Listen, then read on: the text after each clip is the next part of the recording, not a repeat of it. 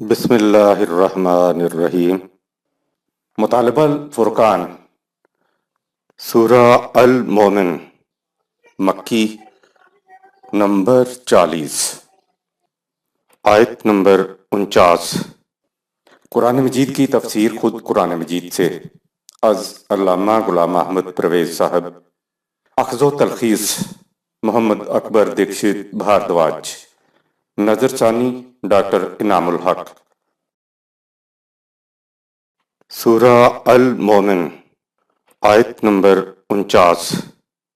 وقال الذين في النار لخزنة جهنم ادعوا ربكم يخفف عنا يوما من العذاب۔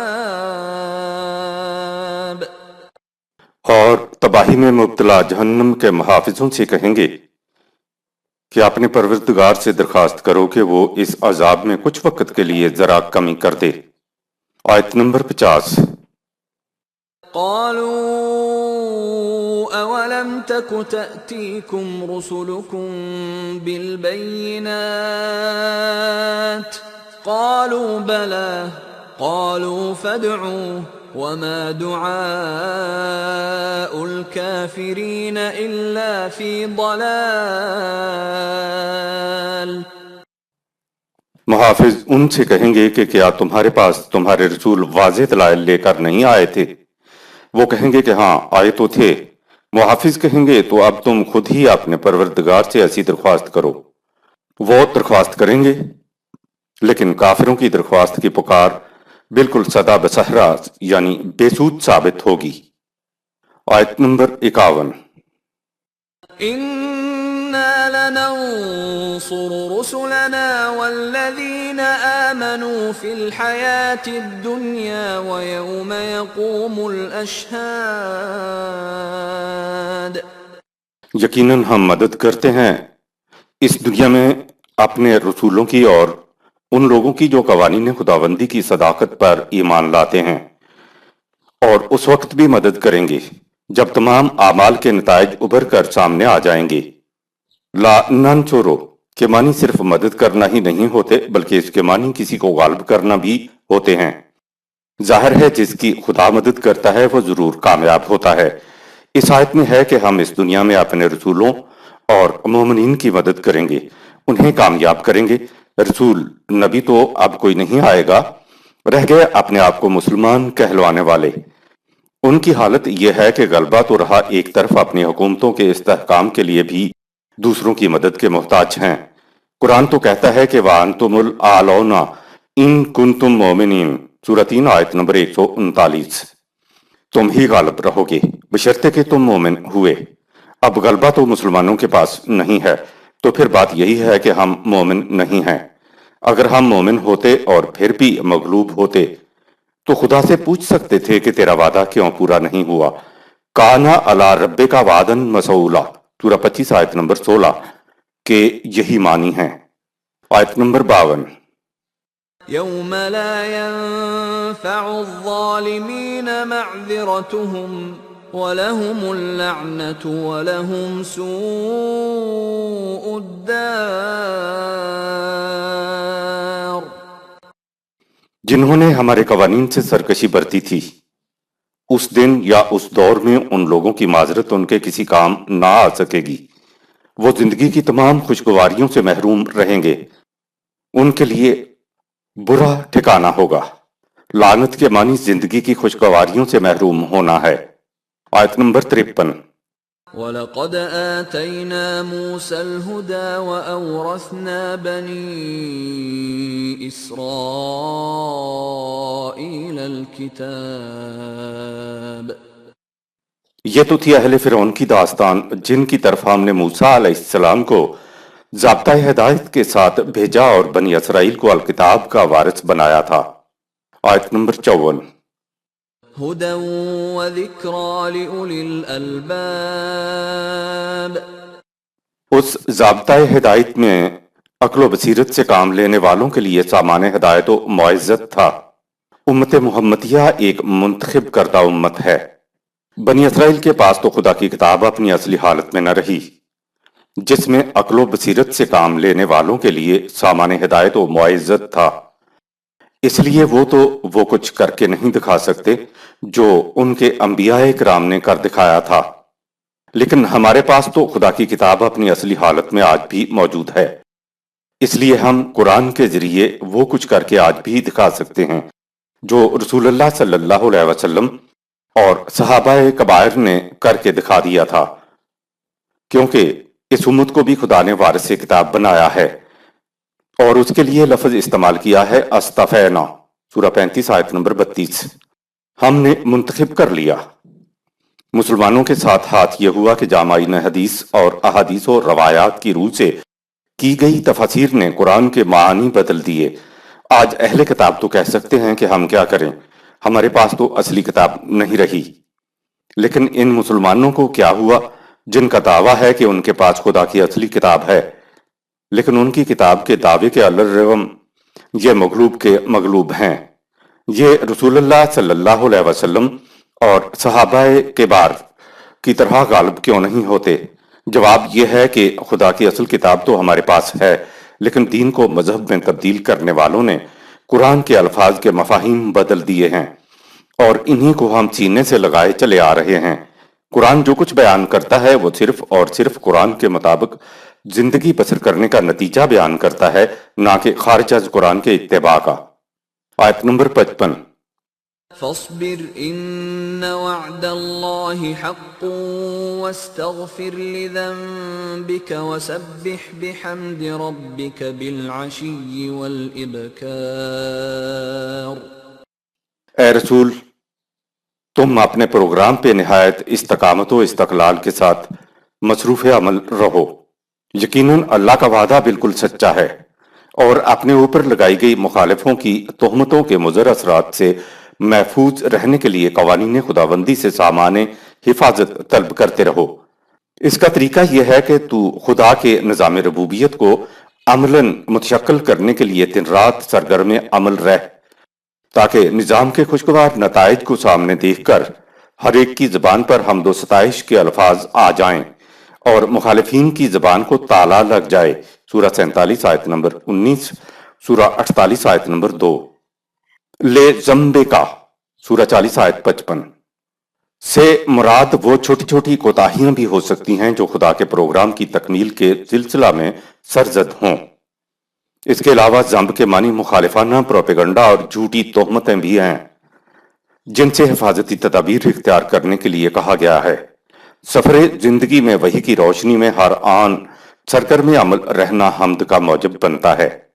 سبح، سورہ 40 آیت 55 کے معنی ہیں کہ پروگرام کو کامیاب کرنے کے لیے جسم کی پوری توانائی صرف کر کے انتہائی طور پر سرگرم عمل رہنا، اور پروگرام ہے بحمد رب کا، سورہ 40 آیت 55، یعنی خدا کے نظام ربوبیت کو ایسا قائم کرو کہ دنیا پکار اٹھے کہ واہ واہ واہ، کیا نظام خداوندی ہے۔ کہا کہ اس پروگرام کو وجہ حمد و ستائش بنانے کے لیے ہمہ وقت تگودو کرو۔ بالعشی والابکار، سورہ 40 آیت 55۔ صبح شام یہ محاورہ ہے اور اس کے معنی ہے دن رات، یعنی مسلسل۔ آج امت کو یہی کچھ کرنے کی ضرورت ہے۔ آیت نمبر 56۔ ان الذين يجادلون في آيات الله بغير سلطان أتاهم إن في صدورهم إلا كبر ما هم ببالغيه فاستعذ بالله إنه هو السميع البصير۔ جو لوگ تیری طرف آئے ہیں قوانین خداوندی کے باب میں بغیر دلیل کے کٹ حجتیاں کر رہے ہیں، ان کے دلوں میں بڑا بننے کا گھمنڈ سمایا ہوا ہے، لیکن ان کے بڑا بننے کی خواہش کبھی پوری نہیں ہوگی۔ اے رسول، تم مخالفین کی باتوں کی پرواہ مت کرو، اور تم ان کی منفی سرگرمیوں کے مضر اثرات سے محفوظ رہنے کے لیے قوانین خداوندی کی ڈھال کے پیچھے پناہ لو۔ یہ اس خدا کے قوانین ہیں جو سب کچھ دیکھنے والا، سننے والا ہے۔ جو جادلونا، جدل کرتے ہیں، یہ جدال جنگ تک کے معنوں میں آتا ہے۔ جدل کے معنی ہے لڑنا، جھگڑنا، ٹکراؤ، مٹبھیڑ کرنا، جنگ تک چلے جانا اور لا حاصل طولانی بحث کرنا۔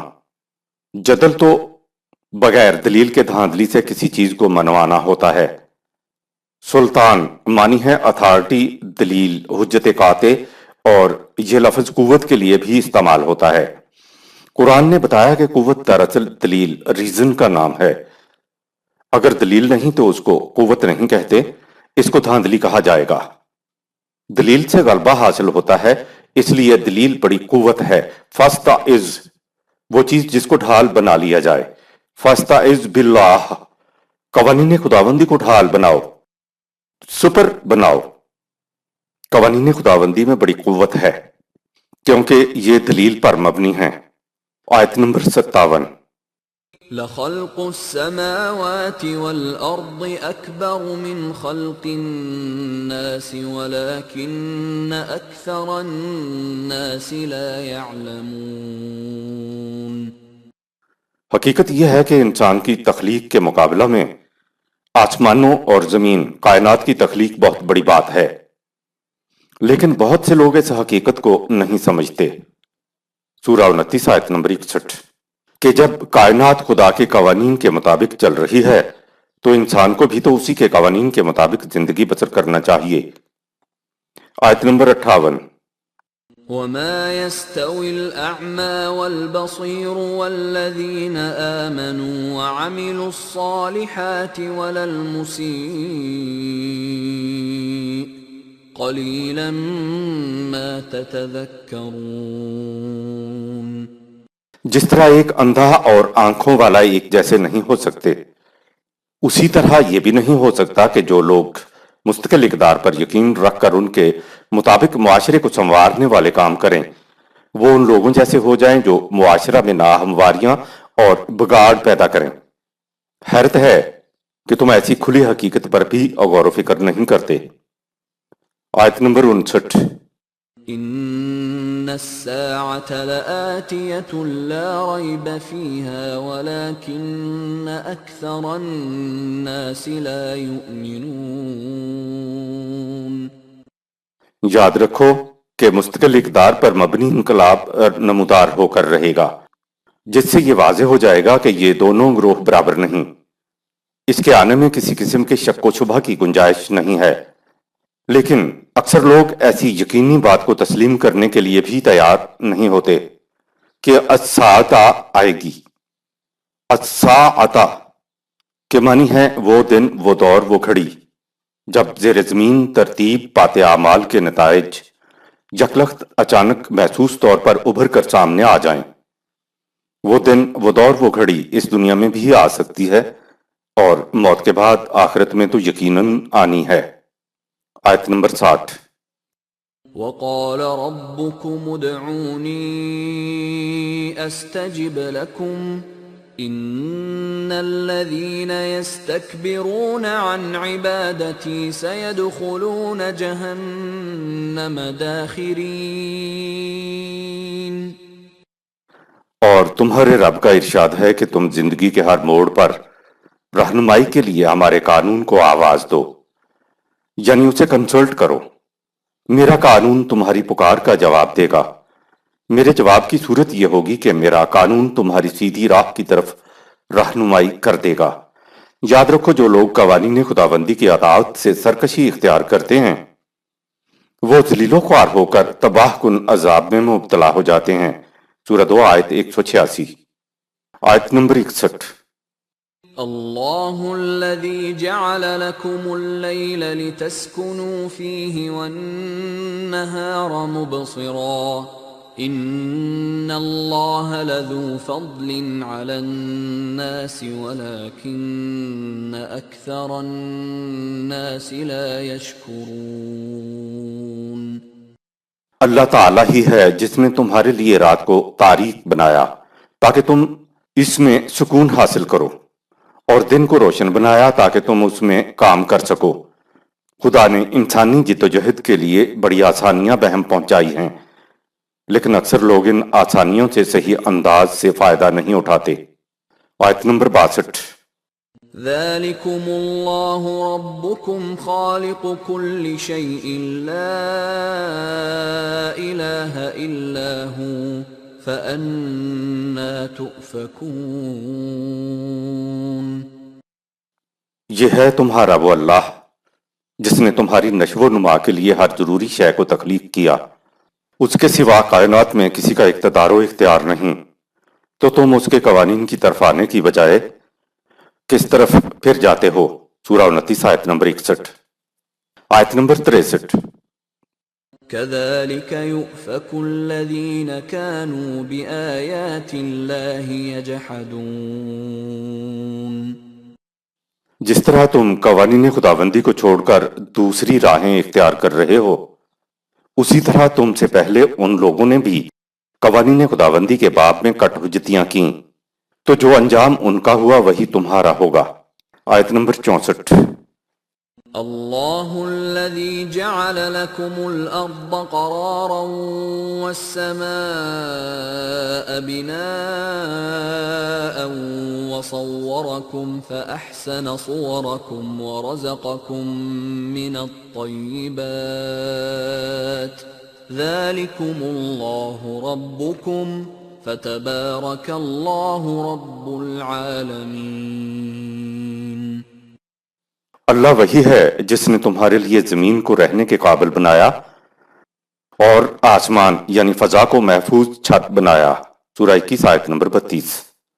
پھر تمہیں ایسا پیکر عطا کیا جو بہترین حسن و تناسب کا مظہر ہے، اور تمہاری نشو و نما کے لیے نہایت خوشگوار سامان زیست مہیا کیا۔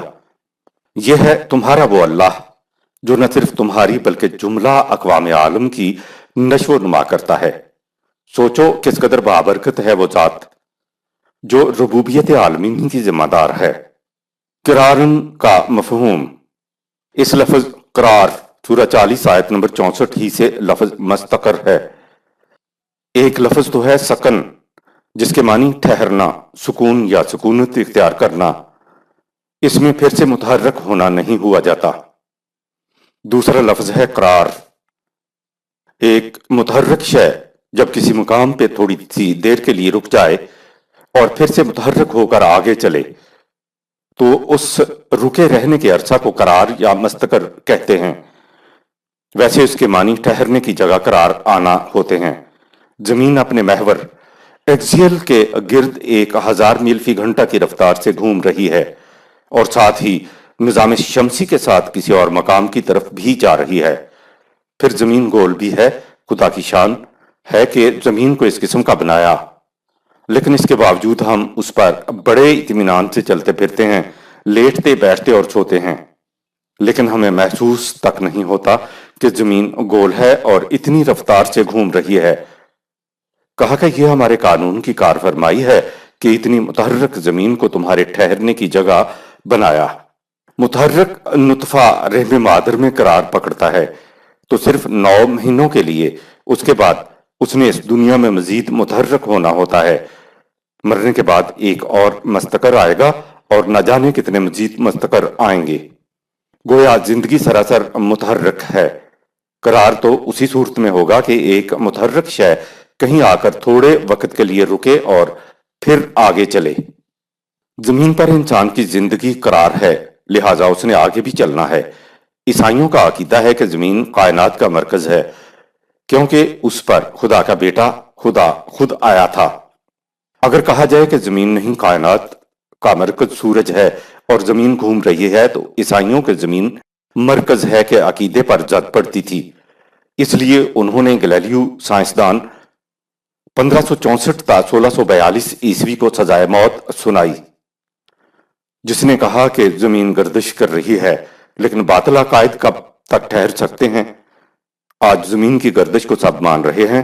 سزا پر عمل درآمد سے پہلے پادری نے کہا کہ اے گلیلیو، کہہ دو کہ زمین ساکن ہے، تو اس نے یہ کہتے ہوئے موت کو گلے سے لگا لیا کہ میں کیسے کہہ دوں جبکہ میں دیکھ رہا ہوں کہ زمین گردش کر رہی ہے۔ نبی اکرم صلی اللہ علیہ وسلم کے دور میں یہ بات کسی کے ذہن میں بھی نہیں آ سکتی تھی کہ زمین گردش کر رہی ہے۔ یہ بات قرآن نے 1400 سال قبل بتائی۔ وَالسَّمَاءَ بَنَاءً کا مفہوم اس کے معنی ہے زمین کے گرد محفوظ فضا جو اوپر سے گرنے والے اجرام سے محفوظ رکھتی ہے۔ ایک دوسرے مقام پہ اسی کو سقفن محفوظن سورہ 21 آیت نمبر 32 کہا گیا ہے، یعنی محفوظ چھت۔ جدید تحقیق یہ ہے کہ یہ محفوظ چھت 12 میل موٹی فضا ہے جس نے زمین کو تمام اطراف سے اپنے اندر لپیٹا ہوا ہے، اور اس میں زمین کی کشش باقی رہتی ہے۔ اس کے بعد زمین کی کشش ختم ہو جاتی ہے جب گردش کی وجہ سے اجرام فلکی کے کچھ ٹکڑے جھڑ کر گرتے ہیں تو یہ بڑے بڑے ٹکڑوں شہاب ثاقب کو سرمے کی طرح پیس کر رکھ دیتی ہے اور زمین پر زندگیاں محفوظ رہتی ہیں۔ ٹکڑوں کا پسنا اور جلنا ہمیں روشنی کی لکیر سی نظر آتا ہے جسے ہم دمدار تارا کہتے ہیں۔ اس پسی ہوئی گرد کے ذریعے سورج کی روشنی زمین تک پہنچتی ہے۔ اگر فضا میں یہ گرد نہ ہو تو سورج کی روشنی زمین تک نہیں پہنچ سکتی۔ یہ ذروں کی چمک ہے جو ہم تک سورج اور چاند کی روشنی پہنچاتے ہیں۔ 1400 سال قبل کسی انسان کے ذہن میں نہیں آ سکتا تھا کہ سمان میں فضا کو محفوظ چھت کیوں کہا گیا ہے۔ یہ چھت خود بھی محفوظ ہے اور اس نے زمین پر زندگیوں کو بھی محفوظ بنا رکھا ہے۔ پہلے دور کے لوگ اس کو ایسے نہیں سمجھ سکتے تھے۔